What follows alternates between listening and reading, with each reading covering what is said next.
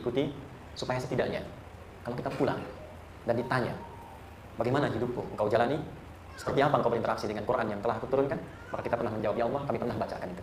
Jangan pernah kita berkehidupan sampai wafat dan tidak pernah berinteraksi dengan Quran walaupun sekedar membacanya. Wadduha, aku bersumpah, setiap huruf waw yang berada di awal kalimat di satu surah itu makna utamanya berarti sumpah, ya, qasam, sumpah. Seringkali diartikan demi, ya. Wal asri, demi masa, wal fajri, demi waktu fajar, wal laili, demi malam. Intinya sumpah. Sebentar, pelan-pelan. Kalau Allah menyampaikan sesuatu kepada kita, yakin tidak? Saya ulang, yakin tidak? Serius? Hah? Kalau yakin, kenapa tidak dilakukan? Ya, itu pertanyaan besar, ya. Baik, kalau Allah menyampaikan, tidak bersumpah pun harusnya kita yakin. Tapi kalau Allah bersumpah dalam kaidah ilmu tafsir, berarti ada sesuatu yang sangat penting, yang saking pentingnya akan sangat dibutuhkan oleh setiap hamba, sehingga diminta setiap hamba itu fokus menyimak apa yang mau disampaikan. Bahkan saking pentingnya menyimak itu, Allah bersumpah. Jelas? Kalau teman-teman menemukan di Quran ada ayat dibuka dengan sumpah, berarti ada kasih Allah yang tinggi yang akan disampaikan di ayat itu sampai meminta kita fokus untuk menyimaknya. Ad-duha, untuk memudahkan maknanya, teman-teman kalau waktu duha itu jam berapa ya? Oke, sebetulnya dimulai sejak matahari itu mulai naik, yang memantulkan, ya, atau menyinari cahayanya itu mulai terasa lembut. Ya, kalau misalnya kita ambil 1,5 jam setelah subuh.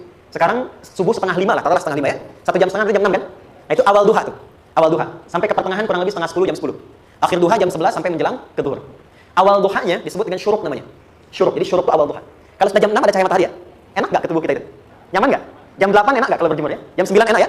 Nah, ini kata kiasan dalam bahasa Arab. Kalau kita merasakan sesuatu yang enak, nyaman, memberikan manfaat yang banyak, itu orang Arab sering memberikan kiasan dengan waktu-waktu tertentu. Di antaranya duha.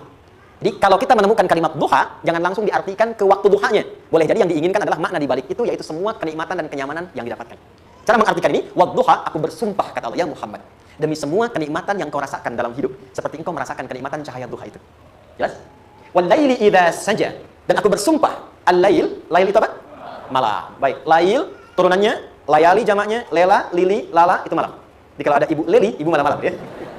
Lail. Oke. Lail itu malam. Malam gelap nggak? Gelap. Tapi kalau gelapnya gulita, tidak ada cahayanya, gelap betul gitu, gelap ya. Misalnya sedang kita dapati misalnya satu momentum padam lampu, padam semua, dan pas gerhana gelap sekali. Nah, itu bahasa Arabnya disebut dengan saja namanya.